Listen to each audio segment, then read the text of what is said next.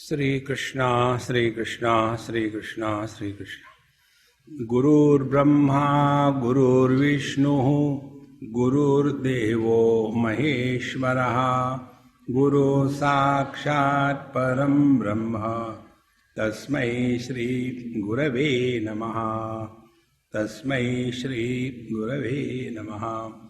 कृतार्थोनेन ज्ञानेन इति एवं गलितधीः कृति पश्यन् शृण्वन् स्पृशन् जिघ्रन् अश्नन् नास्ते यथा सुखम।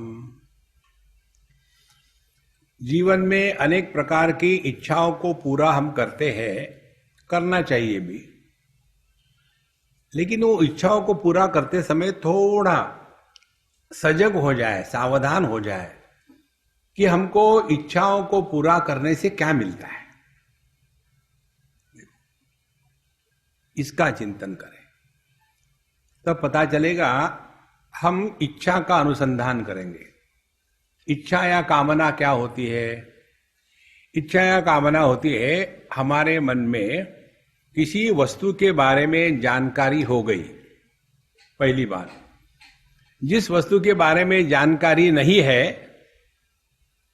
उस वस्तु के प्रति मन में इच्छा निर्माण नहीं होती। देखो, आपको किसी ने बताया आजकल ये जो अलास्का के क्रूज है उसमें 50% ऑफ है। नॉर्मली 2 लाख लेते हैं, अब वो 50,000 में दे रहे हैं। आपको जानकारी हो गई, अब शांत बैठोगे।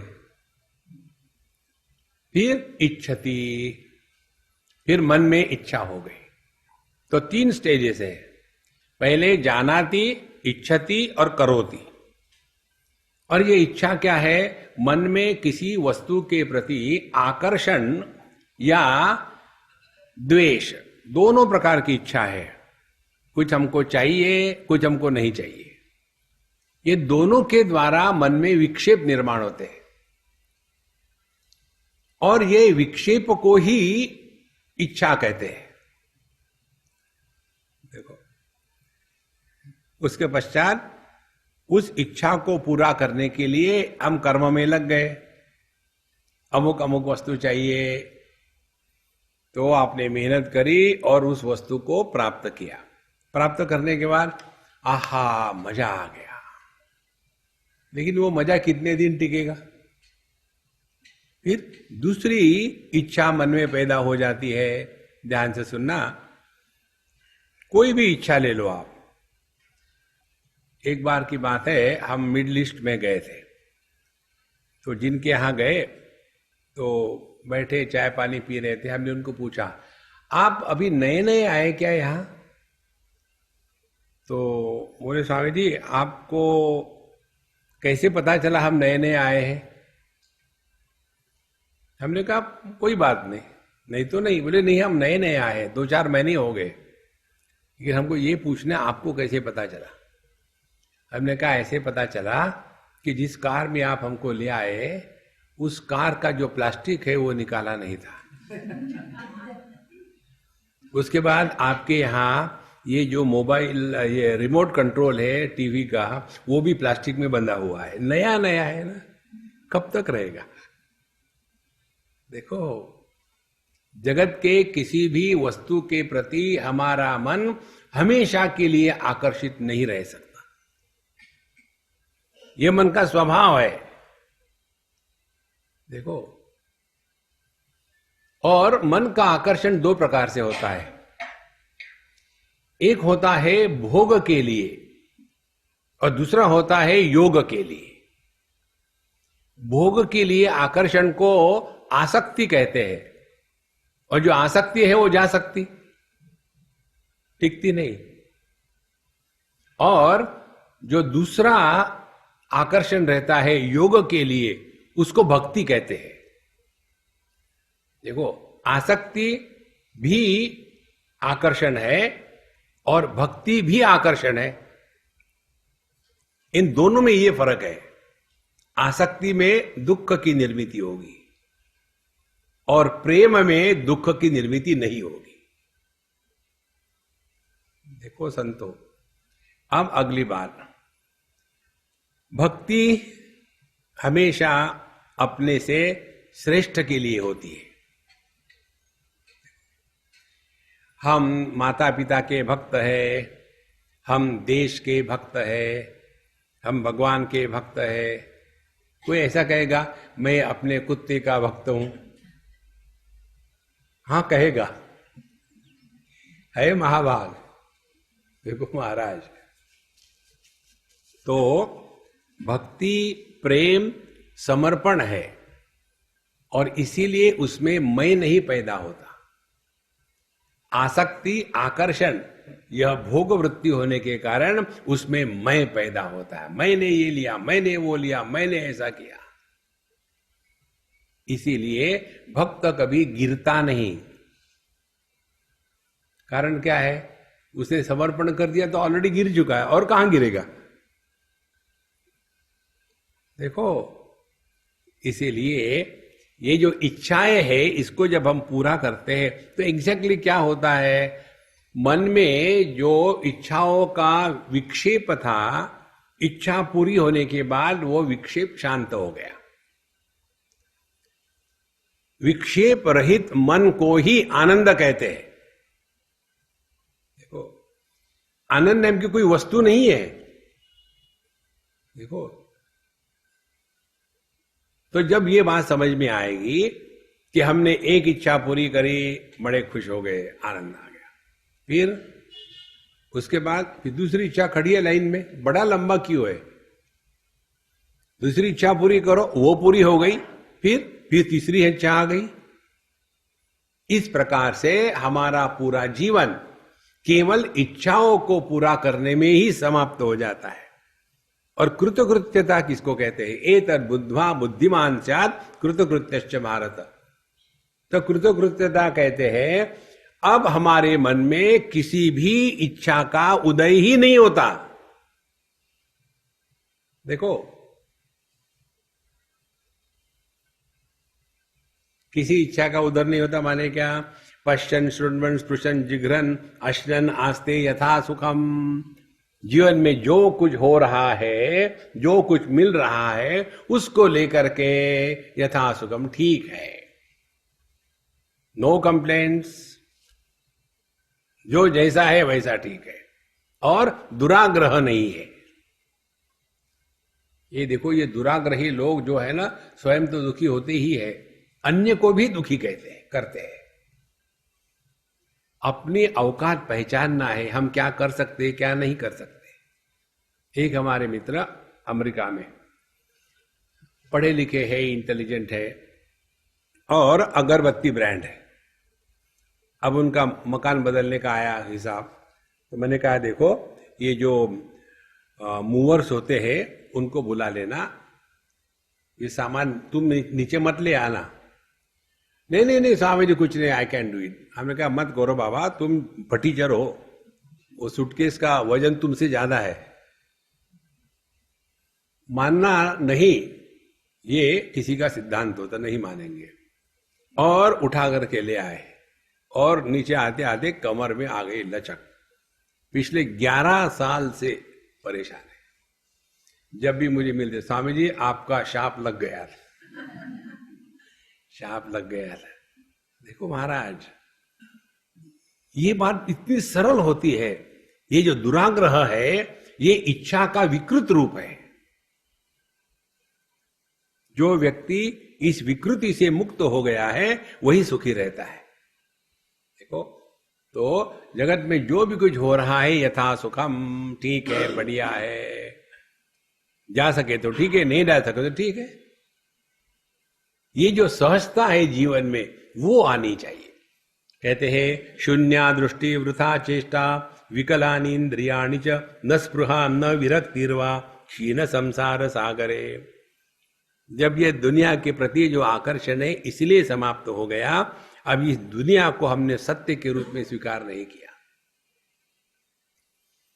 अब जगत के साथ व्यवहार करते समय थोड़ा चिंतन करने लग जाओ तो पता चलेगा यह जागृत अवस्था, इसके वस्तु, व्यक्ति इत्यादि का जन्म या निर्माण होता है जब हमारा देह के साथ तादात्म्य हो गया। तब जो वस्तु, जो अनुभव परिस्थिति विशेष में ही हो सकता। वो परिस्थिति विषय नहीं हो तो अनुभव नहीं हो सकता। ऐसे अनुभूति को मिथ्या कहते हैं, प्रतीति कहते हैं। देखो, जैसे आप चलते गाड़ी में सामने बैठ करके रास्ते की तरफ देखो, तो वो जो सफेद लाइनें होती है डिवाइडिंग करने वाली, वो उल्टी दिशा में दौड़ती दिखती है। आप कितने भी पढ़े लिखे हो, कुछ भी करो, चलती गाड़ी में जब वो देखोगे तो उल्टी दिशा में दौड़ता हुआ दिखेगा ही। लेकिन क्या ये रास्ता दौड़ता है? लेकिन मुझे दिख रहा है ना डायरेक्टली। तो करे क्या? चलते गाड़ी से कूदो, फिर समझ में आएगा क्या होता है। इसी प्रकार से जब तक के देहात्म भाव के उपाधि को धारण करके बैठे हैं, माने जब तक के आपकी गाड़ी चल रही है, तब तक के रास्ता उल्टी दिशा में दौड़ेगा ही।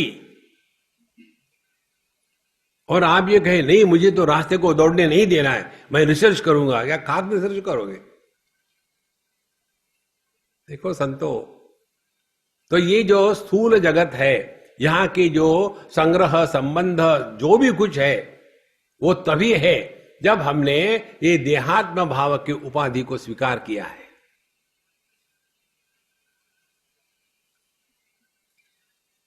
इसको बोल बोल के आपने हमारा कचूमर बना दिया, कोई दूसरा नहीं आता आपको।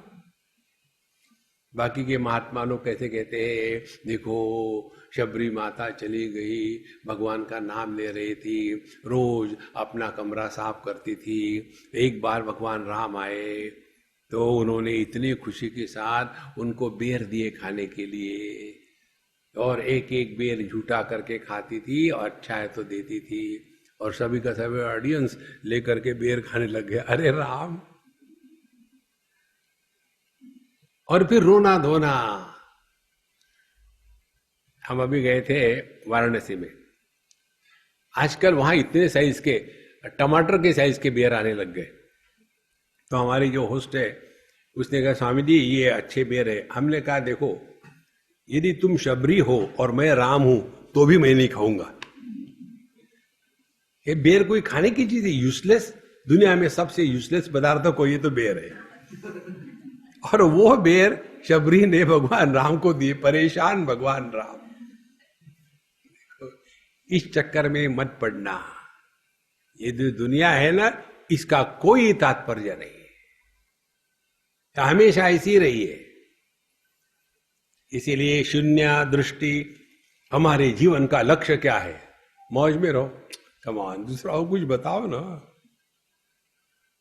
देखो, इसीलिए शून्य दृष्टि, वृथा चेष्टा।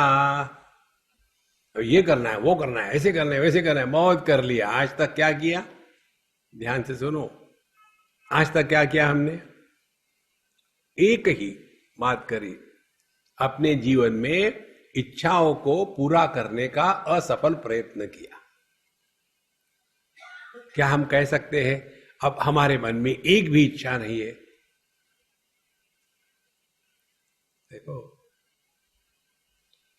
मन से इच्छाओं का समापन होना, उसी को परमात्मा कहते हैं। इच्छा रहित ज्ञान को परमात्मा, भगवान, ब्रह्म कहते हैं। तो शून्य दृष्टि, वृथा चेष्टा, विकलानि इंद्रियाणि च न स्पृहा न विरक्तिर्वा। और हमारे जो इंद्रिय है, अब वो बिल्कुल ऐसे भिखारी नहीं है, ये मिल जाए तो अच्छा है, वो मिल जाए तो अच्छा है। देखो, और सबसे ज्यादा हम इंद्रिय के गुलाम होते हैं अपने जबान के। देखो, अचार चाहिए, पापड़ चाहिए, मिर्च चाहिए, मसाला चाहिए, वो नहीं मिला तो क्या खाना खाना है। कल परसों हम कहाँ थे खाने के लिए? बोले स्वामी जी आपको ये सब खाने में बड़ा आनंद आता है। बिल्कुल आता है। बोले जब आप बाहर जाते हो तो उन्हें कुछ नहीं मिलता, फिर क्या? फिर भी आनंद बना रहता है। देखो, आप लगातार 1 महीने तक ब्रेड, बटर, चीज, टमाटर, कुकुम्बर ये खा के दिखाओ लगातार। इसीलिए जब मैं बाहर से आता हूं ना तो बदला निकालता हूं। महीने भर का खा लो, पता नहीं आगे मिलेगा नहीं मिलेगा। इसीलिए विकलानि इंद्रियाणि च, कोई भी हमारे इंद्रिय हमको भिखारी नहीं बना सकते। न स्पृहा न विरक्तिर्वा, इसीलिए किसी कंफर्ट्स की आसक्ति भी नहीं है, और विरक्ति यदि कुछ है तो उसका त्याग करने का भी चक्कर नहीं है। कल एक सज्जन हमको मिले वहां लेक्चर के बाद, स्वामी जी मुझे एक प्रश्न है। अरे बोलो, शुरू हो जाओ। बोले आपने इतना आपका लेक्चर सुना, मैंने एक बार भी आपने खाने के बारे में कुछ नहीं बोला। मैं क्या बोलूं? बोले नहीं, वो नॉन वेजिटेरियन खाना चाहिए कि नहीं खाना चाहिए। हमने कहा देखो, जब तक तुम मुझे नहीं खाते तब तक ठीक है, नहीं लेकिन बाकी लोग कहते हैं नॉन वेजिटेरियन नहीं खाना चाहिए। मैंने बोला उनके पास मत जाओ, मैं बोलता हूं खाओ, इतना खाओ कि तुम में से प्राणी निर्माण होने लग जाए। अरे मेरा लड़का बंदर कैसे बना? दूसरा बच्चा हो गया वो गिलहरी हो गया। अरे ये कैसा है?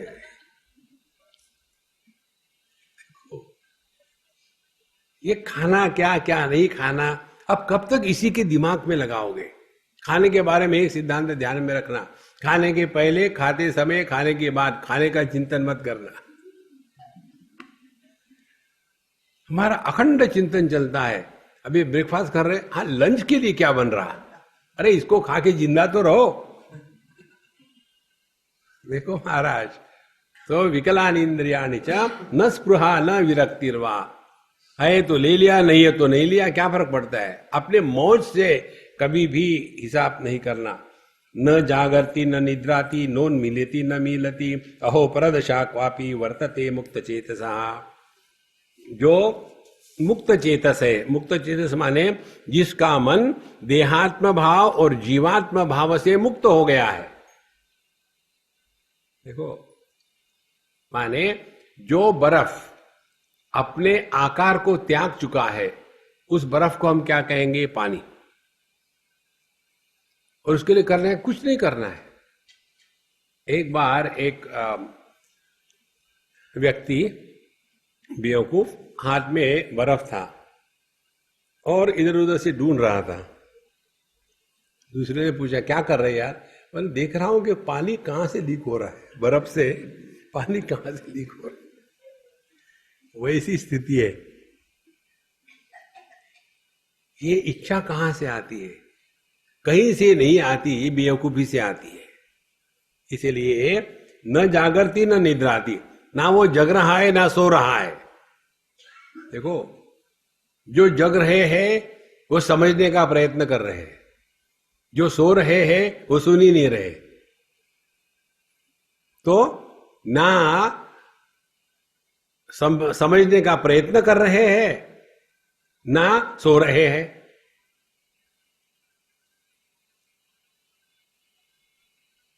समझोगे तो स्वरूप के बारे में एक कंसेप्ट निर्माण हो जाएगा।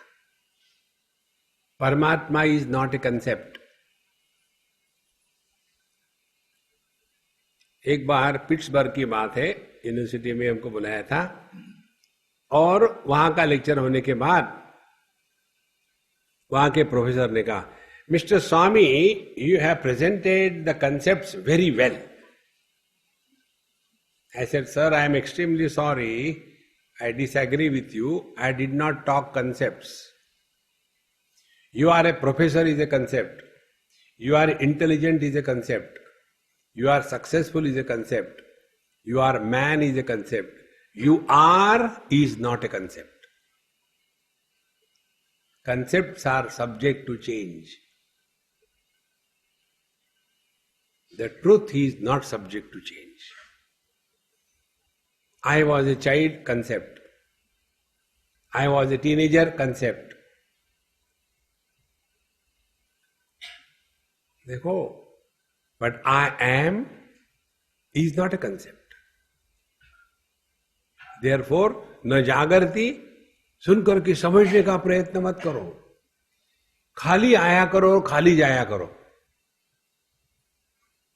तो धीरे धीरे ये टेक्निक समझ में आ जाएगा कि हमको कुछ प्राप्त नहीं करना है दुनिया में। कई बार लोगों का यही होता है, स्वामी जी जब आपको सुनते हैं ना तब एकदम सब क्लियर लगता है, बाहर गए जूते पहने सब भूल गए। इसीलिए हम आपको बताते हैं पुराने जूते पहन के आया करो, जूते बदल के चले जाना, सब याद रहेगा। देखो जूते पड़ेंगे नहीं तब न जागरती न निद्राती, ना समझने का प्रयत्न करो ना सो। Let the knowledge happen and it clicks. अब देखो मुझे बताओ, आप लोगों ने समझो तैरना सीख लिया हो या साइकिल चलाना सीख लिया हो, तो साइकिल चलाने में जो आपको बैलेंस आता है वो बैलेंस आप किससे करते हो? समझ के करते हो, पढ़ के करते हो, या दूसरे को बताना हो तो कैसे बताओगे? देखो बैलेंस का मतलब है, बैलेंस माने साइकिल को सीधा रखना। अरे how will you explain balance? देखो, और ये बता सकते हैं क्या 8:27 पे मेरा बैलेंस हो गया? देखो यही बात है तैरने की। पहले पानी में जाओ तो पूरा पानी अंदर नाक के अंदर चले जाता है, परेशान। एक बार एक्सपर्ट हो गए तो जब हमको तैरना आने लग जाता है तो किस मुहूर्त पर तैरना आया? चंपा षष्ठी में मैंने तैरना सीखा नहीं, क्योंकि वह मन बुद्धि के द्वारा नहीं सीखा जाता।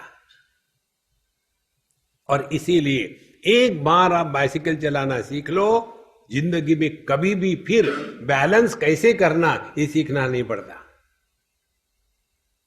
एक बार आप तैरना सीख लो, फिर दूसरी बार तैरने की कोई आवश्यकता नहीं, आप कभी नहीं भूल पाते, क्योंकि यह आपने मन बुद्धि से नहीं सीखा था।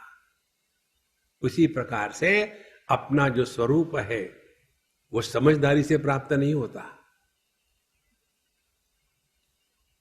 ये जो हमारा सबसे बड़ा पर्दा है, वो पर्दा है यह कार्य कारण, और कार्य कारण मिथ्या है। जैसे हमको बताते हैं न जायते म्रियते वा विपश्चित नायम भूत्वा भविता वा न भूयः अजो नित्य शाश्वतोयम पुराणः न हन्यते हन्यमाने शरीरे। अब इसमें क्या सीखना है? न जायते, जिसका कभी जन्म नहीं होता, तो हमको अपने जन्म का अनुभव है ही नहीं। न वर्धते, ना बड़े होने का अनुभव है, ना म्रियते, ना मरने का अनुभव है। तो ना हमारा कोई कारण है ना कार्य है, तो क्या सीखना है, क्या समझना है?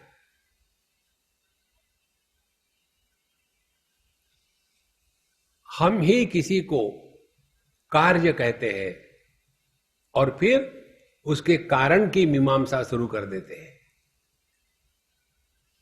जगत में कोई कार्य नहीं है, ऐसा ही है, बस खत्म। लेकिन इसका क्यों हुआ ऐसा, तुमको परेशान करने के लिए? ये भगवान ने दुनिया क्यों निर्माण करी? और उसको जाके पूछो ना। देखो ये कार्य कारण ही बहुत भयानक चीज है। Don't get lost in that. या ऐसा ही है, चलते रहो मुन्ना भाई।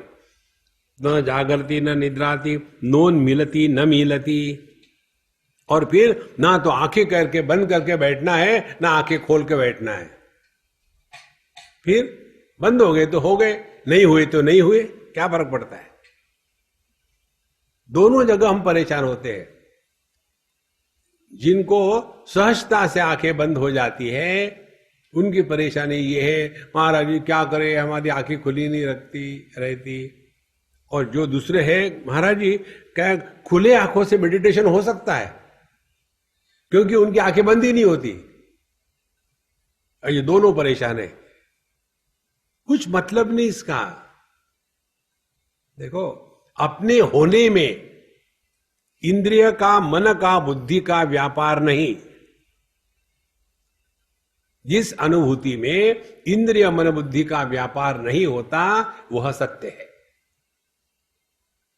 देखो, विषय नहीं है तो इंद्रियों की हानि नहीं, इंद्रिय नहीं है तो मन की हानि नहीं, मन नहीं है तो चैतन्य की हानि नहीं है।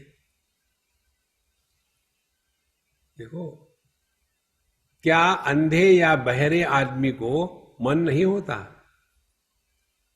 क्या समझदार या बेवकूफ आदमी में चैतन्य नहीं होता? देखो, इन सब से हमको हटना है। इसीलिए नोन मिलती न मिलती अहो परदशा क्वापि वर्तते मुक्त चेतसा। तो यह जो दशा है, यह जो अनुभूति है किसकी? मुक्त चेतसा, जो इस मन के खेल से मुक्त हो गया है। मन के 4 खेल चल रहे हैं। एक है जागृत अवस्था, दूसरी है स्वप्नावस्था, तीसरी है सुषुप्ति, चौथी है समाधि। ये 4 खेल चल रहे हैं। जैसे मल्टीप्लेक्स होते हैं ना आजकल, एक ही बिल्डिंग में 4 सिनेमे चल रहे हैं। हमारा प्रेमपुरी आश्रम जो है ना, वहां आध्यात्मिक मल्टीप्लेक्स है। एक जगह में वेदांत चल रहा है, दूसरी जगह में होम्योपैथी चल रहा है, तीसरी जगह में ज्योतिषाचार्य आकर के ज्योतिष बताते हैं, और ये सब बूढ़ा आकर के ज्योतिष पढ़ते हैं। क्या करें, वो ज्योतिष का प्रारब्ध है।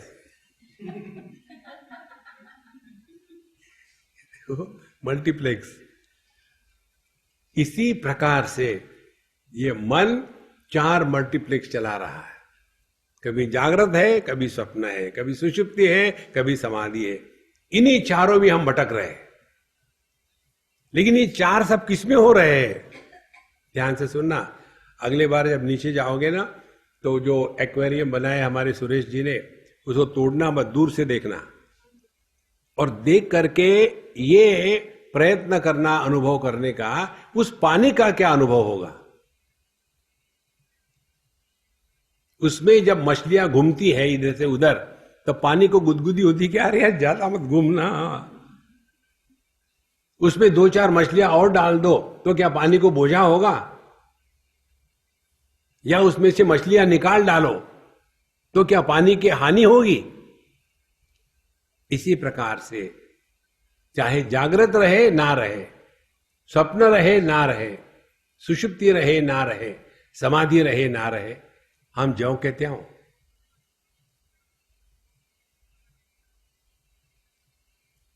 देखो संतो,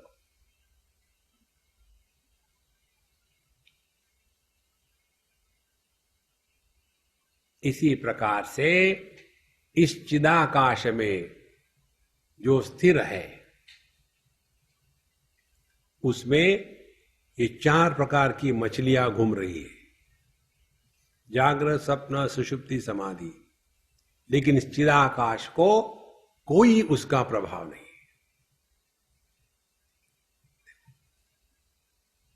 यही अध्यात्म है।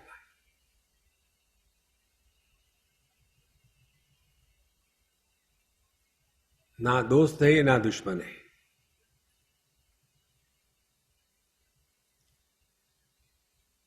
हम पर किसी का भी प्रभाव नहीं होता, ये अपने अनुसंधान से ही सिद्ध हो सकता है। जैसे दृष्टि पर किसी भी रंग का, किसी भी आकार का प्रभाव नहीं होता। कोई भी रंग रहे, कोई भी आकार रहे, दृष्टि को कोई फर्क नहीं पड़ता। कानों में कोई भी शब्द आ जाए, कोई फर्क नहीं पड़ता। मन में कोई भी विचार आ जाए, मन को कोई फर्क नहीं पड़ता। इसी प्रकार से जो चिदाकाश है, उसमें जागृत, स्वप्न, सुषुप्ति, समाधि कितनी बार आकी चली गई, हम ज्यों के त्यों। वेदैश्च सर्वै अहमेव विद्या, इस मैं को पहचानना है। यही है मुक्त चेतस। तो अहो परदशा क्वापि वर्तते मुक्त चेतसः। सर्वत्र दृश्यते स्वस्थः सर्वत्र विमलाशयः समस्त वासना मुक्तः मुक्त सर्वत्र राजते। सर्वत्र दृश्यते स्वस्थः, हर जगह में यह महात्मा स्वस्थः, एट होम, कहीं भी परायापन नहीं, कहीं भी अपनेपन का बोझा नहीं। देखो, जिनमें अपनेपन का बोझा होता है उनमें ही परायापन की भावना निर्माण हो जाती है। ये दुनिया में ना अपना है कुछ, ना कोई पराया है।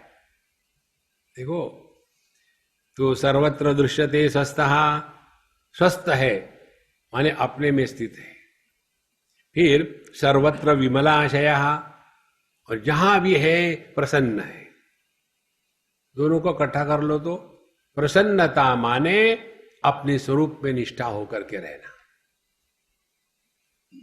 फिर समस्त वासनान मुक्तः, कारण क्या है? अब उसके मन में कोई भी संस्कार प्रभावित नहीं कर रहे उसको। देखो, भगवान तीसरे अध्याय में कहते हैं, ये बहुत महत्व का श्लोक है, इंद्रियस्यार्थे राग द्वेषौ व्यवस्थितौ तयोः वशम न आगच्छेत तौ यस्य परिपंथिनौ। ये कल्पना मत करना कि आपके मन में जगत के विषय वस्तु को लेकर के राग द्वेष नहीं होगे। बिना राग द्वेष के मन रह नहीं सकता। देखो, किसी को लाल रंग पसंद है, किसी को पीला रंग पसंद है, अब इसको क्या कर सकते हैं? किसी को चाय पसंद है, किसी को कॉफी पसंद है, तो उससे कोई नुकसान नहीं है। नुकसान है तयोः वशम न आगच्छेत, उस राग द्वेष के प्रभाव में आकर के नहीं जीना है। देखो, और हमारा प्रयत्न क्या होता है? राग द्वेष को निकाले, राग द्वेष नहीं निकलेंगे। देखो, फिर उसके प्रभाव में नहीं आना। तयोः वशम न आगच्छेत, कारण तौ यस्य परिपंथिनो, अस्य साधकस्य, इस साधक के वो परिपंथी है। परिपंथी माने लुटेरे है। इसीलिए कहते हैं समस्त वासनान मुक्तः, जिसके मन में जो भी संस्कार है अब उन संस्कारों का प्रभाव उस पर नहीं हो रहा है। ध्यान से सुनना, इस संस्कारों के कारण जो भी बात संत महात्मा करते हैं उनके मन में उसके द्वारा ग्लानि भी निर्माण नहीं होती और अभिमान भी निर्माण नहीं होता। देखो, जहां ग्लानि और अभिमान निर्माण होता है वही संसार है। पश्यन् शृण्वन् स्पृशन् जिघ्रन् गृह्णन् वदन् व्रजन् इहि तानि हितै मुक्तः मुक्त एव महाशयः। देखो, जिसके जीवन से इहितानि हितैहि मुक्तः माने कोई अच्छा लगता है, कोई अच्छा नहीं लगता। राग द्वेष, जो राग द्वेष से मुक्त महात्मा है उसके लिए कब पश्यन् शृण्वन् स्पृशन् जिघ्रन् गृह्णन् वदन् व्रजन्, माने जीवन के जितने भी व्यापार चल रहे हैं उन सभी व्यापारों में उसका कोई अपना चॉइस नहीं, जो है वो ठीक है। देखो, इसीलिए एक सिद्धांत आपको हमने बताया था, याद होगा तो, जितना ज्यादा चॉइस आप अपने को दो उतने आप ज्यादा दुखी। जितना ज्यादा चॉइस हम अपने को देते हैं उतने हम अपने आप को प्रॉस्परस समझते हैं, और ये प्रॉस्परस लोग बहुत ज्यादा दुखी होते हैं, क्योंकि ज्यादा चॉइस है। जितना चॉइस कम उतना दुख कम। चॉइस है ही नहीं, दुखी होने का कारण ही नहीं। देखो, जहां हम दुखी हो गए हमारे चॉइस की वस्तु नहीं मिली, इसीलिए संतो, जिसने अपने अंतःकरण से ये राग द्वेष से हटा देना, बहुत हो गया, ये ऐसा ही रहेगा। तो ना तो राग को खत्म करने का प्रयत्न करें, ना द्वेष को निकालने का, उसी में फंसे रहेंगे। फिर क्या करना है? ठीक है, जैसा है वैसा है भाई, हाँ ऐसे ही है हम। Don't try to justify. हमारा ये दो कारणों से मैं बहुत तगड़ा हो जाता है। अपने अहंकार की जो भिन्न भिन्न शेड्स है, एक शेड ये है, we are struggling to prove something to somebody. किसी को कुछ सिद्ध करने की आवश्यकता नहीं। कोई आपको बेवकूफ कहता है तो उसको डांटो, you don't know me therefore you are calling me बेवकूफ, I am super. You are modest calling me only बेवकूफ। मालूम नहीं मैं महाराष्ट्र का हूं, महाराष्ट्र में आदमी बेवकूफ नहीं होते, महा बेवकूफ होते। हाँ फिर ठीक है, यू आर अंडर एस्टिमेटिंग मी। देखो संतो, किसी भी कारण से अपने मन को विक्षेपित नहीं करना। न निंदति न च स्तौति न हृष्यति न कुप्यति न ददाति न गृह्णाति मुक्त सर्वत्र नीरसा। न निंदति, ना किसी की निंदा करनी है, न स्तौति, ना किसी की स्तुति करता है, न हृष्यति, ना बड़ा खुश हो गया, और न कुप्यति, बड़ा गुस्सा कर रहा है, न ददाति, ना कुछ देता है, न गृह्णाति, ना कुछ लेता है। फिर मुक्त सर्वत्र सर्वदा, फिर सब कुछ हो रहा है। देखो, जैसे सूर्य प्रकाश देता नहीं, सूर्य का प्रकाश होता है।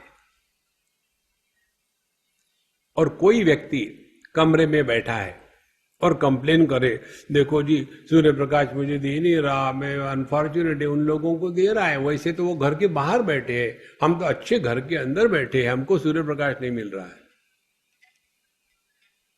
ये कंप्लेन सूर्य को करो तो वो एक स्माइली देगा। करना क्या है, कमरे से बाहर निकलो ना,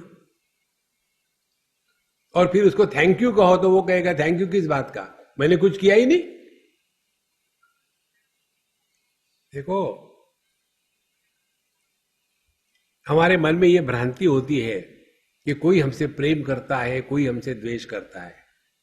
कोई किसी से प्रेम नहीं करता, कोई किसी से द्वेष नहीं करता। और हम बताए, महात्मा लोग तो किसी से प्रेम नहीं करते। एक बार की बात है, एक समझदार पति थे, रेयर कैरेक्टर। तो हम उनके घर से जब निकल रहे थे तो वो अम्मा रोने धोने लग गई। तो उसने कहा कि तुम क्यों रो रही हो? देखो स्वामी जी जा रहे हैं, स्वामी जी जब मुझे अम्मा कहते हैं मुझे इतना अच्छा लगता है, अब वो मुझे छोड़ के जा रहे हैं, दुख नहीं होगा? बोले तुम ये बाबा जी के चक्कर में मत पड़ना। जो अपनी बायोलॉजिकल मां को छोड़ के जा सकता है, ये अडॉप्टेड सरोगेट मां को पकड़ेगा? देखो संतो, जो किसी से प्रेम नहीं करता वही सबके साथ रह सकता है। सर्वत्र अनभिस्नेहा तत्तत् प्राप्य शुभाशुभम, सर्वत्रान अभिस्नेहा। 12वें अध्याय का जो श्लोक है, इसके दो अर्थ है। ये जो किसी के साथ भी प्रेम में फंसा नहीं है, या जो सबके साथ समान है, वही मेरा भक्त है। नहीं तो मंडली निर्माण कर लेते हैं। देखो, इनर सर्कल आउटर सर्कल कुछ नहीं होता, सर्कल है ही नहीं, यहां खुला है। तो न निंदति न स्तौति न हृष्यति न कुप्यति न ददाति न गृह्णाति, इसलिए ये हमेशा मस्त रहते हैं। इसी मस्ती को कहते हैं परमात्मा का अनुभव। आगे कहते हैं, सानुरागा स्त्रियम दृष्ट्वा मृत्युम व समुपस्थितम अविवल मना स्वस्थः मुक्त एव महाशयः। कहते हैं, सानुरागा स्त्रियम दृष्ट्वा, बड़ी सुंदर अनुराग युक्त स्त्रियों को देखा, और मृत्यु व समुपस्थितम, या मृत्यु को देखा। अब इसका उल्टा अर्थ मत निकालना कि सानुराग स्त्री जब आ जाती है वो मृत्यु समान है, ऐसा उसका अर्थ मत निकालना। देखो, हमारे शंकराचार्य भगवान ने एक उनका ग्रंथ है, हम लोगों ने लिया था आनंद मंगल कैंप में, प्रश्नोत्तरी रत्न मणिमाला। द्वारम किमेकम नरकस्य, ये प्रश्न है। नरकस्य एकम द्वारम किमेकम, उत्तर दिया है द्वारम किमेकम नरकस्य नारी। तो यहां ये उल्टा सीधा अर्थ मत निकालना।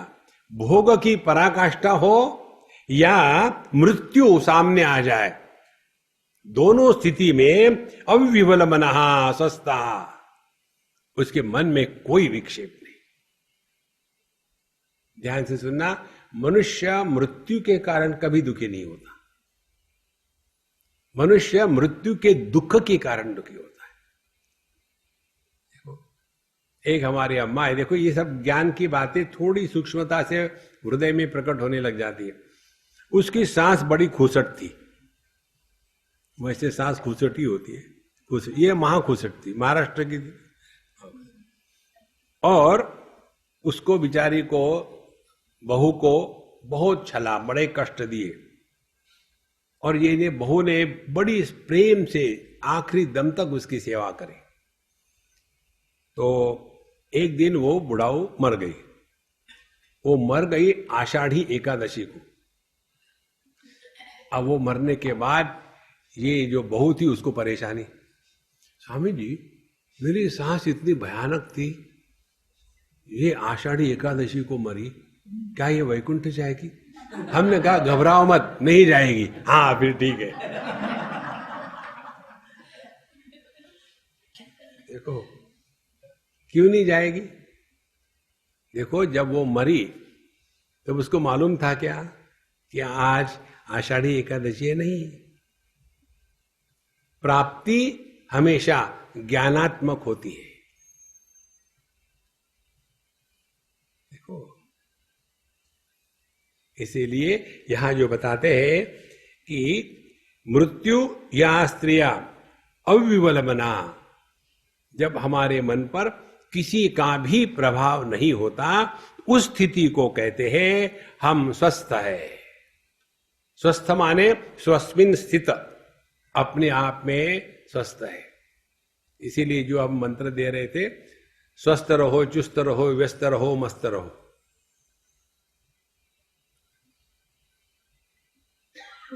यही अध्यात्म है। अपने आप को बिजी इसलिए रखें कि टाइम खाने को न दौड़े। जीवन में सबसे दुखी समय होता है जब हमारे पास इतना टाइम है, अब ये टाइम को क्या करें? या तो भोग में लग जाते हैं या भटकने लग जाते हैं। कोई सामने लक्ष्य ही नहीं है, लक्ष्यहीन कटिपतंग। देखो अपने आप को इतना बिजी रखो कि मरने को फुर्सत नहीं मिले। क्या करें? कुछ भी करो। फिर भी बताओ बुढ़ापे में क्या कर सकते? सीखना शुरू करो, कुछ भी सीखो। चाइनीज सीखो या जावा स्क्रिप्ट सीखो या इंडोनेशिया स्क्रिप्ट सीखो। जावा स्क्रिप्ट हो सकती है तो इंडोनेशिया भी होगी, उसको सीखो। कुछ ना कुछ सीखते रहो। जब हम सीखने में बिजी रखते हैं तब हमारे में जो बालक है वो मरता नहीं। और यदि आप में जो बालक है उसको आपने जिंदा रखा, ध्यान से सुनना, तो आप कभी डिप्रेशन में नहीं जाओगे। छोटे बच्चे कभी देखे डिप्रेशन में गए? नहीं। डिप्रेशन में क्यों जाते हैं? बुढ़ावे इसलिए। तो ये बहुत सिंपल साधना है कि बिजी। इसीलिए हमारे यहां बताते हैं ना कि व्यक्ति में उपासना के नियम होने चाहिए। उसके द्वारा भगवान को कुछ नहीं मिलता, आप बिजी रहते हो बस। सुबह उठ करके नहा धो करके गायत्री का जप करना है 108 बार, और वो करना है सूर्योदय के पहले। तो क्या करना पड़ेगा? उठना ही पड़ेगा। आलस खत्म हो गया, नहा धो लिए, फ्रेश हो गए, फिर जप करने बैठे, 1 घंटा चला गया, फिर पूजा करी, 2 घंटे चला गए, पूरे पुरुष सूक्त के साथ पूजा करो। ओम सहस्त्रशीर्षा पुरुषः सहस्राक्ष सहस्रपाद, 2 3 4 6 घंटे निकल जाएंगे और फिर डट के खाना खाओ, 12 बजे से 6 बजे तक सो जाओ। टाइम पास करना है, बाकी कुछ नहीं करना है। देखो, यही अध्यात्म है। ये दुखी होना अध्यात्म नहीं है। भगवान के दर्शन कब होगे? क्या करोगे दर्शन करके? सुखे दुखे नरे नार्या संपत्सु च विपत्सु च विशेषो नैव धीरस्य सर्वत्र समदर्शनः। धीरस्य सर्वत्र समदर्शनः, जो धीर पुरुष है वो अपने मन के संतुलन को कभी बिगड़ने नहीं देता। देखो संतो, ये एक सिद्धांत पकड़ लो। हमने जिस दिन अपने मन के संतुलन को सबसे ज्यादा प्रायोरिटी दी, उस दिन आप में उच्च कोटि का साधक का जन्म हो गया।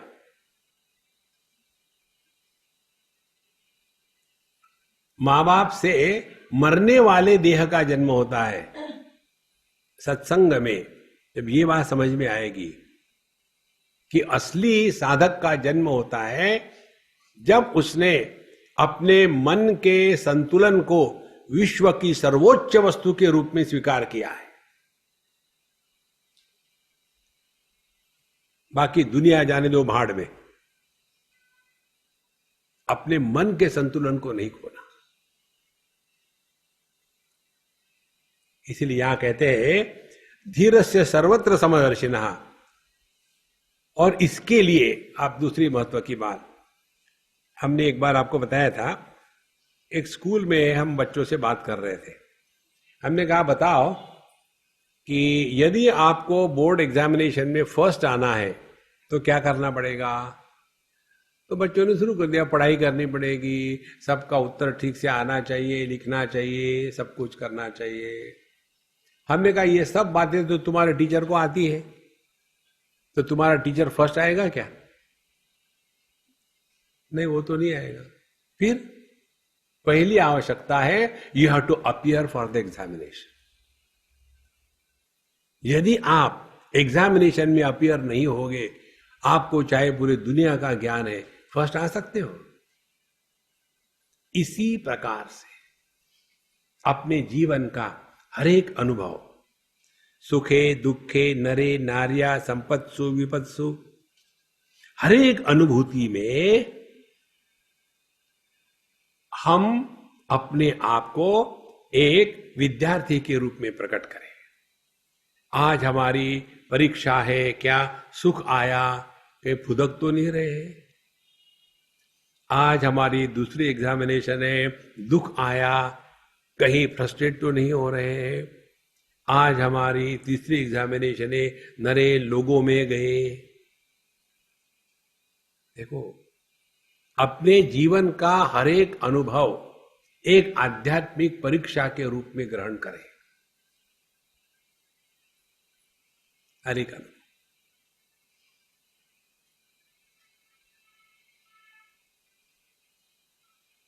तो होगा क्या? आप नित्य निरंतर सावधान रहोगे। और सावधानी कब होगी? जब हमारा मन समत्व में स्थित है।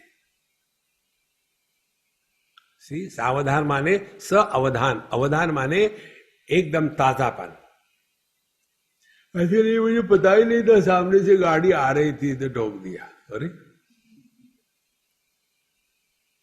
इसीलिए विशेषो नैव धीरस्य सर्वत्र समदर्शिनः।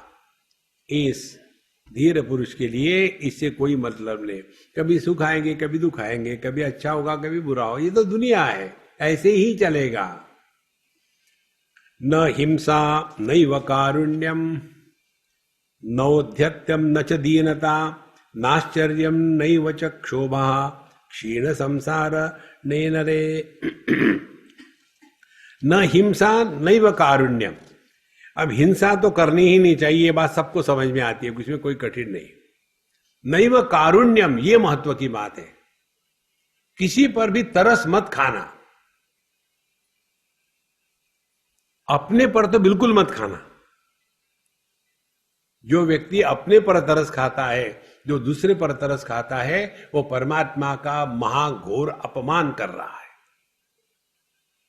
देखो, किसी को देखा गरीब को, तरस खाया, बेचारा कितना अनफॉर्चुनेट है, इसकी टांगे टूट गई है, इसके हाथ नहीं है बेचारा, तो आपका ध्यान परमात्मा की तरफ नहीं है, आपका ध्यान केवल उसके शरीर की तरफ है। क्यों? कि आप शरीर में फंसे हो। देखो, तो फिर करें क्या? यदि आपको कुछ मदद करने की इच्छा हुई तो कर डालो, लेकिन इस दृष्टि से हम उसको मदद नहीं कर रहे हैं। एक मौका मिला सेवा करने का। ध्यान से सुनो संतो, जब हम सेवा करते हैं तो सेवा करने वाला हमसे श्रेष्ठ है, ये पहले हम स्वीकार करते हैं। हम मां बाप की सेवा करते हैं, घर वाले कुत्ते की सेवा नहीं करते। आपको क्या पता है, हमको तो करनी पड़ती है। देखो, जिसकी सेवा करते हैं उसको हमने श्रेष्ठ के रूप में स्वीकार किया है। तो सबसे सामान्य श्रेष्ठत्व क्या है? ध्यान से सुनो। एक श्रेष्ठत्व होता है उम्र के दृष्टि से। तो जो हमसे बड़ा है उम्र में, उसके प्रति सेवा भाव जागृत हो गया तो आप उस पर तरस नहीं खाओगे। दूसरी बात, जो हमसे पैसे में बड़ा है उसके प्रति सेवा भाव होगा तो उसके प्रति घृणा, जेलसी नहीं होगी। जब प्रभु ने उसको इसके लिए किया तो हम कौन होते करने वाले? हमको यहां कोई इनकम टैक्स ऑफिसर थोड़ी बनाया है, तू अकेला क्यों खा रहा है, मुझे भी दे। इनकम टैक्स ऑफिसर का यही धंधा होता है। देखो, और तीसरी, जो व्यक्ति हमसे शक्तिशाली है तो उसके साथ झगड़ा नहीं करो। दुर्जनम प्रथम बंदे, एकदम नमस्कार करके शांत हो जाओ। मन की शांति महत्व की है। और जो ज्ञान से श्रेष्ठ है उसके प्रति तो समर्पण होगा ही। इस प्रकार से नैव हिंसा नैव कारुण्यम, किसी पर तरस मत खाना। नौद्धत्यम न च दीनता, इसी प्रकार से किसी भी प्रकार से अपने आप को दुनिया से श्रेष्ठ कभी नहीं समझना है। नहीं तो आदमी में उद्धतता आ जाती है, एरोगेंस आ जाता है। देखो, और एरोगेंस आने के बाद व्यक्ति सब कुछ संतुलन खो बैठता है। और जब संतुलन खो बैठे तो फिर अपना सत्यानाश गारंटेड है। उसी प्रकार से न दीनता, हमने कल भी आपको बताया था, दीन माने जो हमको है पूरा नहीं है फिर भी हम मान लेते हैं। तो ये दीनता और हीनता, यह परमात्मा का अपमान है। दीनता न च आश्चर्यम न च क्षोभः, इस जगत में कोई भी आश्चर्य नहीं है, सब ठीक ही चल रहा है। ये कैसे हुआ? ये ऐसे ही हुआ। माने मन के संतुलन पर ध्यान है, न क्षोभः, और किसी भी कारण से क्षोभ नहीं, किसी प्रकार से विक्षेप नहीं। क्योंकि क्षीण संसारणे नरे, क्योंकि इस जगत में अब सब संसार का गड़बड़ खत्म हो गया है। न मुक्तो विषय द्वेष्टा न वा विषय लोलुपः असंसक्त मना नित्यम प्राप्ता प्राप्तामुपाश्रते। यह जो मुक्त पुरुष है, न विषय द्वेष्टा, उसके मन में किसी भी विषय के प्रति द्वेष नहीं है। इसी को हम आपको कई बार बताए हैं। लोगों के जो जो अपने लाइफस्टाइल है उसको लेकर के हमको कमेंट्री करने की कोई आवश्यकता नहीं। जो जैसे ठीक है। देखो, कोई लोग घास खाते हैं, कोई मांस खाते हैं, कोई कुछ खाते हैं। आप दक्षिण में चले जाओ, आप देखेंगे ये नॉर्थ इंडिया के जो लोग हैं, दक्षिणी लोगों के रहन सहन पर बड़ी उल्टी सीधी बातें तानते हैं। बोले वहां जो है ना, ऐसा करके फुर्र करके तो यहां तक चाटते हैं। और ये नॉर्थ इंडियन जैसे किसी कुत्ते के सामने कोई डाल दो, दोनों पैर से फाड़ करेंगे। एक हाथ से थोड़ी खाएंगे वो, बाएं हाथ लिया, दाहिना हाथ लिया, झूठे हाथ से लेकर के नहीं। अरे भैया, अपना अपना स्टाइल है, हमको किसी पर कमेंट्री नहीं करनी है। इसीलिए यहां कहते हैं कि न मुक्तो विषय द्वेष्टा, जिसको जो अच्छा लगता है खाने दो। कोई घास खाता है तो अच्छी बात है, मांस खाता है तो अच्छी बात है। विषय के प्रति द्वेष ही विषय को हमारे मन में प्रवेश कराता है। देखो, हमको किसी के प्रति द्वेष न करना, इसलिए कि वो वस्तु द्वेष के कारण मन में प्रवेश करती है। द्वेष करना ही है तो कम सके जैसे कृष्ण का द्वेष करें। देखो, कंस ने कृष्ण का इतना द्वेष किया था, उसी द्वेष के कारण कृष्ण के सिवा उसको किसी का स्मरण ही नहीं होता था। हमको द्वेष होता है अपने पड़ोसी का, अरे घटिया क्या ले, स्टैंडर्ड द्वेष करो ना। न विषय द्वेष्टा न विषय लोलुपहा, इसी प्रकार से किसी भी विषय के प्रति इतने नहीं कि उसकी सिवा जिंदा नहीं रह सकते। और इसीलिए असंसक्त मना नित्यम प्राप्त अप्राप्त उपाश्रुते, इसीलिए असंसक्त मना, किसी प्रकार की मन में आसक्ति नहीं है। ध्यान से सुनना, मन में आसक्ति नहीं है, ये वास्तविकता है। केवल उस वास्तविकता को पहचानना है। हम वही चक्कर करते हैं, पहचानते नहीं अपने ही स्वरूप को। हम किस में आ सकते, किसी में नहीं है। बचपन आया, कहां आ सकते थे, वो भी चला गया। कोई बच्चा रोया है क्या टीनेज बनने के बाद? वो तो वेट कर रहा था। फिर टीनेज की चला गया, फिर आ गया not old not young type. तो टीनेज आने के बाद आदमी दुखी होता है क्या? नहीं। फिर वो भी चला गया, फिर मिडिल एज आया। किसमें आ सकते हैं हम? आसक्ति यह भ्रांति है। हम अपने देह से भी आसक्त नहीं है। देखो, देह से यदि आसक्त होते तो नींद नहीं ले सकते। नींद माने क्या? देह के प्रति जो आत्मभाव है उसका त्याग करना। तो जगत में किसी के भी प्रति हम आसक्त नहीं है। इस समझदारी से जीना, ये भगवत गीता में उपदेश किया है। सर्वधर्मान परित्यज्य माम एकम शरणम व्रज। ये दुनिया में जिसको जिसको हम पकड़ के रखते हैं, ये केवल कल्पना है। हम उसके सिवा जिंदा नहीं रह सकते, कुछ नहीं होता ऐसा। इसीलिए असंसक्त मना नित्यम प्राप्त अप्राप्तम उपाश्रते। तो जो है नहीं है सब ठीक है। मिला तो बढ़िया नहीं, नहीं मिला तो बुरा नहीं, सब कुछ ठीक चल रहा है। सो असंसक्त मना नित्यम प्राप्त प्राप्त अनुश्रुते। समाधान समाधान हिताहित विकल्पना शून्य चित्तो न जानाति कैवल्यमिव संस्थिता। समाधान असमाधान, हित अहित कल्पना। देखो, समाधान मन शांत है, मन विक्षेपित है, इसमें हमारा हित है, इसमें हमारा हित नहीं है। ये सब का सब शून्य चित्ता, जो मन के परे चला गया है, उसके लिए ये समस्या आएगी ही नहीं। आप देखेंगे हम लोग कितना प्रयत्न और परेशान होते हैं इस मन को शांत करने के लिए।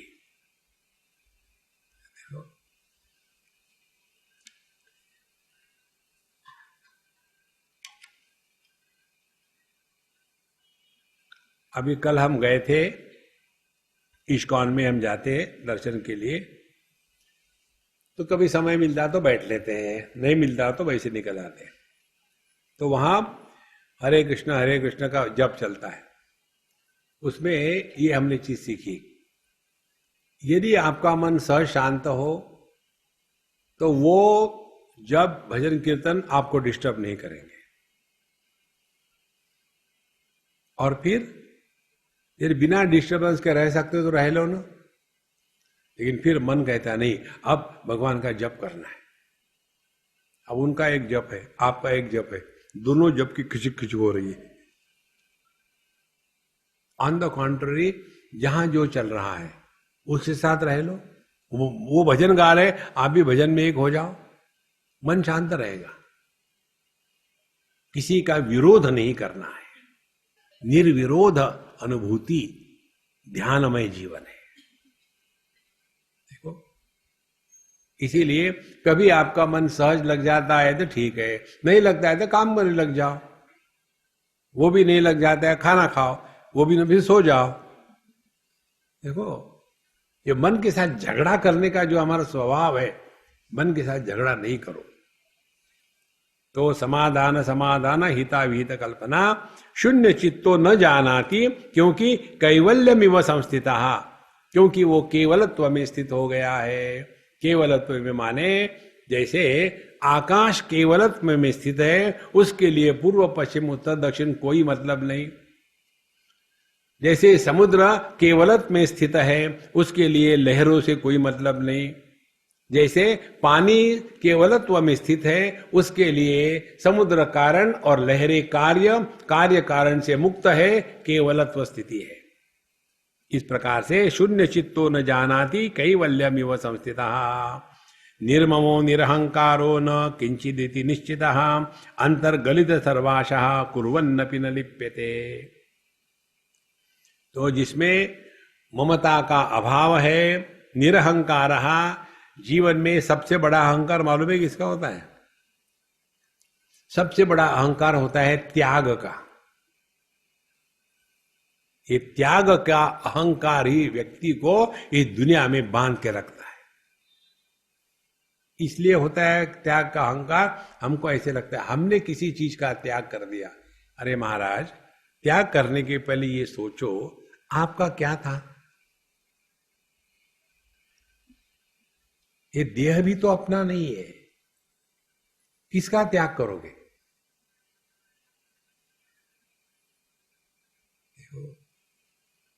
भगवान राम ने जब विभीषण जी को लंका का राज्य दिया, सकुच सहित दीनी,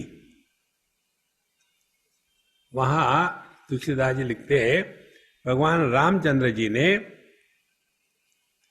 श्रीलंका का राज्य विभीषण जी को संकोच के साथ दिया है। देखो, एरोगेंस के साथ नहीं, श्रद्धया देयम अश्रद्धया देयम, श्रिया देयम भिया देयम। तो यह जो जीवन में त्याग का अहंकार है वो न आवे। निर्ममो निरहंकारः न किंचित इति निश्चितः, क्योंकि उनको पता है अपने दुनिया में कुछ भी नहीं। ईशावास्य की श्रुति यही कहते हैं, ईशावास्यमिदं सर्वं यत्किंच जगत्याम जगत तेन त्यक्तेन भुंजीता मा गृदः कस्यचित् धनम। इस दुनिया में हमारा क्या है कि जिसका हम त्याग करेंगे? कस्यचित् धनम, कस्य परमात्मनः। ये पूरी दुनिया परमात्मा की है, इसमें हमने पकड़ ली ये मेरा है, क्या है मेरा अपना। इसीलिए निर्ममो निरहंकारः न किंचिदिति निश्चितः, कुछ भी नहीं अपना इस दुनिया में। अंतर्गलित सर्वाशः, और इसके लिए उसके अंतःकरण में एक भी इच्छा कामना नहीं रहती।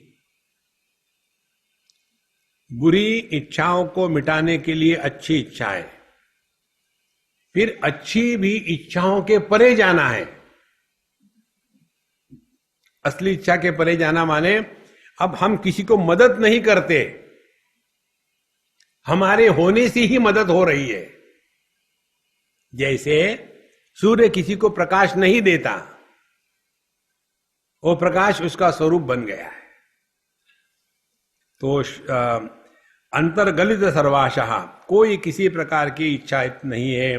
कुर्वन्नपि न लिप्यते। इसीलिए ऐसे जो संत महात्मा है तो जगत में कितने भी बिजी रहे, लेकिन उनको उस कर्म का कोई लेप नहीं होता। मन प्रकाश सम्मोह स्वप्न जाड्य विवर्जिता दशाम काम अपि संप्राप्तो भवेन गलित मानसः। गलित मानसः, ध्यान से सुनना, जिसका मन डिजॉल्व हो गया है। हमने ये शब्द का प्रयोग आपको बताया था, never try to solve the problems. What we do, we are changing the problems. Dissolve the problems. Problem change कब करते हैं? जब कार्य कारण में फंस जाते हैं. Never try to solve any problem, just dissolve them. देखो, जब हम दुनिया के लोगों के साथ किसी को प्रश्न पूछते हैं तो हमारे प्रश्नों को एड्रेस किया जाता है. लेकिन साधु संतों के साथ जब हम प्रश्न पूछते हैं तो वो हमारे प्रश्नों को एड्रेस नहीं करते, वो हमको एड्रेस करते हैं. देखो कैसे एड्रेस करते हैं. वो उस प्रश्न के मूल को पहचान लेते हैं. एक सज्जन भगवान रमण महर्षि के पास पहुंचे और कहने लगे कि भगवान, मैं बहुत दुखी हूं, इससे मुझे बचाने का कुछ मंत्र दीजिए. अब भगवान के रमण महर्षि का मंत्र, वहां तो कोई मंत्र है ही नहीं. तो उन्होंने कहा कि आप कौन हो? सिंपल प्रश्न, लेकिन कितनी गहराई है. मैं ऑस्ट्रेलियन हूं. नहीं, मैंने आपको आपकी नेशनैलिटी नहीं पूछी. आप कौन हो? मैं डॉक्टर हूं. मैंने आपका प्रोफेशन नहीं पूछा. आप कौन हो? तब पता चलेगा. हर एक दुख के मूल में एक व्यक्ति बैठा है.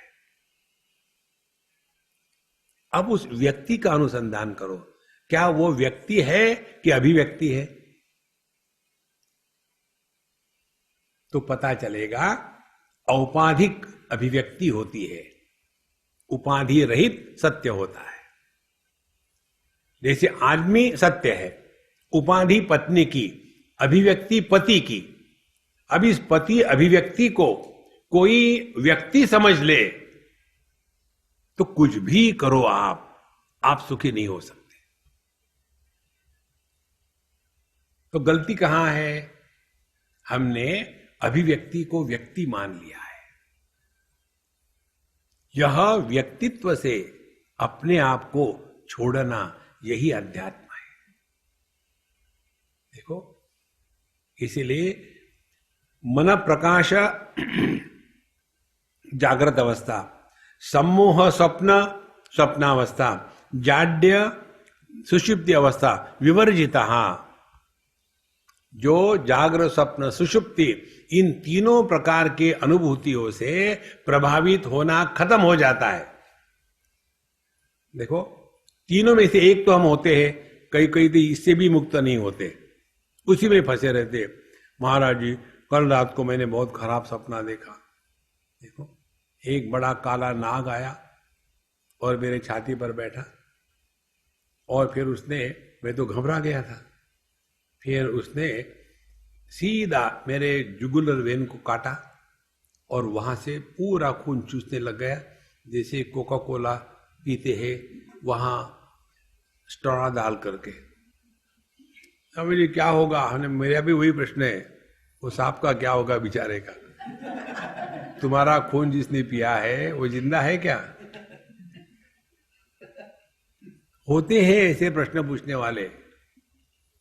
फिर हमको लगता है चलो बकरा मिल गया, और फिर उनको बताइए ये बहुत अपशकुन है, और उसको डरा दिया. घबराओ मत, मैं किस लिए हूं? मैं हूं ना. फिर इसके लिए पूजा करनी पड़ेगी. देखो, ये जो सांप है ना, शिव जी के गण है, उसमें से होता है. फिर 16 सोमवार का व्रत करो. 17वें सोमवार तक पैसे का जुगाड़ करके 1 किलो सोने का सांप बनाओ, और वो उसको शिव जी के साथ लगा करके पूजा करो, और देसी गाय के दूध से नहलाओ. और सब कुछ होने के बाद वो जो नाग है, पंडित जी को मत देना, मुझे दान करना.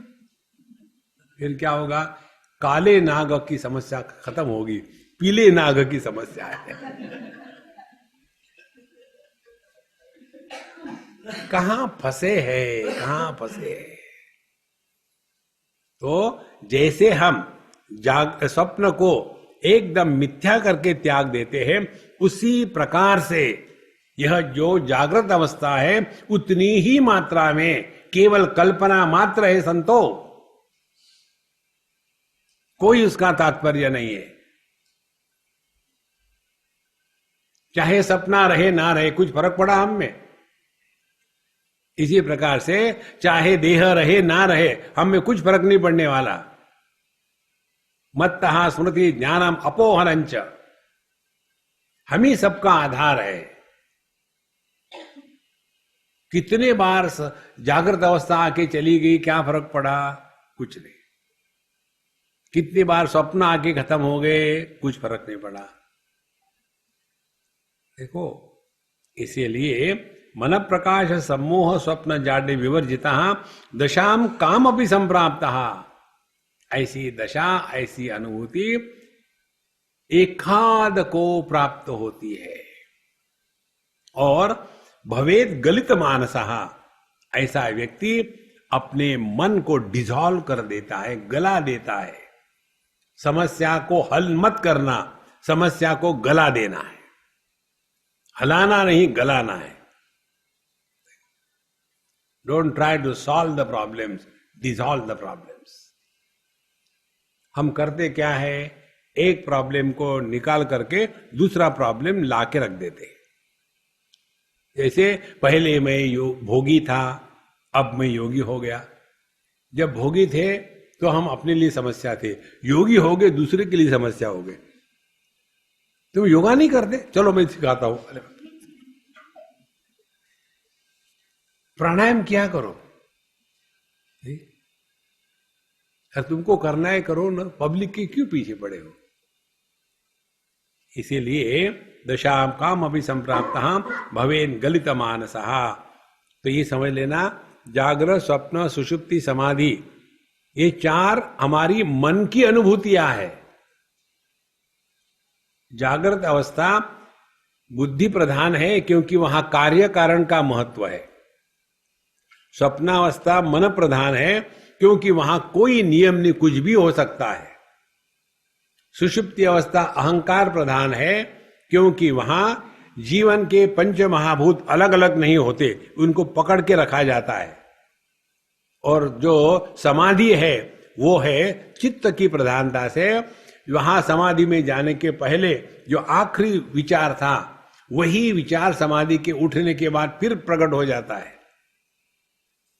समाधि में संस्कार नष्ट नहीं होते, बनाए रहते। ये सब का सब मन बुद्धि चित्त अहंकार इनका है। व्यष्टि में जिसको अंतःकरण चतुष्टय कहते हैं, समष्टि में उसी को ब्रह्मा जी कहते हैं, समष्टि में उसी को हिरण्यगर्भ कहते हैं, उसी को सूत्रात्मा कहते हैं। और यहीं तक ये जो आधि दैविक क्षेत्र की साधना है, उपासना है, आपको यहीं तक ले जाती, इसके आगे नहीं ले जाती। देखो, तो पहले आधि भौतिक से अपने आप को मुक्त करना है, उसके बाद आधि दैविक से अपने आप को मुक्त करना है, उसके बाद हम आध्यात्म में प्रवेश करेंगे। अध्यात्म में प्रवेश करना माने ये द्वैत का जितना भी संसार है उससे हम हमेशा के लिए मुक्त हो गए। अब ना हमको उद्धव का लेना है ना माधव का देना है। इस प्रकार से जीवन को चलाना यही अध्यात्म है। ओम पूर्णमदः पूर्णमिदं पूर्णात् पूर्णमुदच्यते पूर्णस्य पूर्णमादाय पूर्णमेवावशिष्यते। ओम शांति शांति शांति। हरि ओम। श्री गुरुभ्यो नमः। हरि ओम।